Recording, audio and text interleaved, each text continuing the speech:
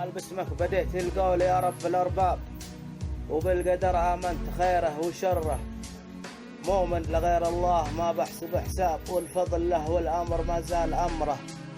يا أبو عدية هديت لك مني كتاب، قصة حزينة تسبق الهم عصره، مشكور لو سويت لايك وإعجاب، والعفو لا شي في كلامي مضرة.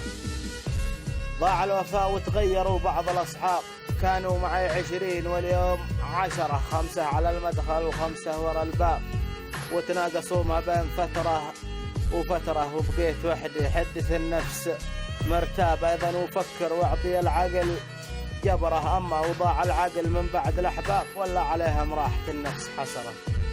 ويا مرحبا ببيات حكمة وآداب من شاعر بالشعر لله، دره يوزن بيوته وزن رايع، وجذاب لأن له في الشعر سطوة وخبره. والآن يا شاعر ترى القلب مرتاب مما تعاني، والزم القلب صبره، لو للصداقة باب والصدق له باب، ما عاب سالم واعلن القوم غدره، قتل صديقه ذي له الوقت يحتاب، همام ذي شارك بحزن ومسره، وغدر صديقه ذي تاجر لينهاب، ويوم شاف الموت قال له النحره نصيحتي، لاخترت من بين الاسلاب، اختر سلب ما فيه عيبه وعثره، ولا تصدق كل خاين وكذاب، لو جاك يترجاك بالعفو جهره، جربه قبل الوقت يطعمك الاصلاب.